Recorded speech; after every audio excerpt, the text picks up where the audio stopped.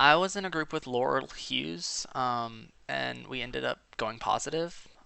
Overall, I would say the simulation was fun, rewarding, and challenging.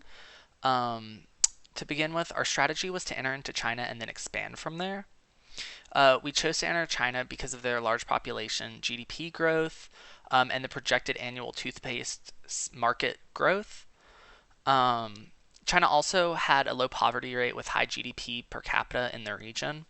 So we looked at that and decided China was the best way to begin. Um, we built a plant in China because during the practice rounds we didn't build a plant wherever we were expanding, and like the tariffs and shipping costs really killed us. So we realized if we wanted to be successful, we needed to have a plant in China. So we built one in round one. Um, Also, by building a plant, we were able to reduce the manufacturing costs of our products so we could sell them for cheaper and hopefully secure more of a market share. Um, and then we also only moved into three distribution channels: hypermarkets, independents, and wholesalers.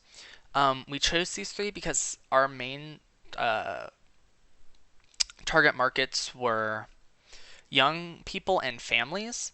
Young people really like to shop at hypermarkets, so we needed to be in that market. And then older people and families oftentimes used independents. Um, and then wholesalers is just a really good way to sell your product.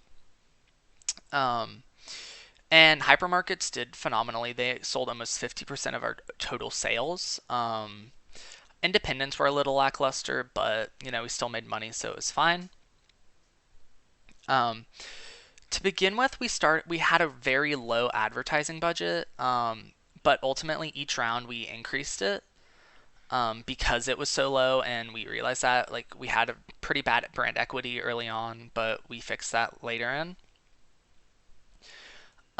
We also started with four SKUs, but cut that down to three after 2 or 3 rounds because one of them just was not selling at all. And to make up for the lack of one SKU, we increased the advertising budget and promotion budget, as well as increased our salespeople for all our channels. And we created ad campaigns for the three SKUs that we still had. We ended the simulation with the same three products that we began with after cutting one. And after each round, we continued to increase the advertising and promotional budgets and increase the number of salespeople we had by almost quadruple what we had originally. Um, Salespeople were really important. Every time we added more, we saw a big jump in sales.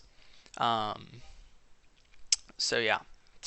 Uh, we recognized that we were forced to adapt our ads pretty regularly, about every 2 or 3 periods, or else they'd get outdated and our brand equity would start dropping. So we did that a couple times throughout the simulation. We didn't want our ads to get lost in the clutter. But overall, the simulation was challenging, but it was also rewarding when we saw what our changes did and the improvements they made. We played this simulation conservatively and were only in the red for 1 or 2, maybe 3 rounds. And towards the end, we saw the highest amount of profits we had prior to that. But if I were to do it again, I would focus on really going hard in the early rounds and getting our name out there and in the minds of the consumers, as well as having a lot of salespeople, high advertising budgets, and promotional budgets, because that was really what made us successful, I believe.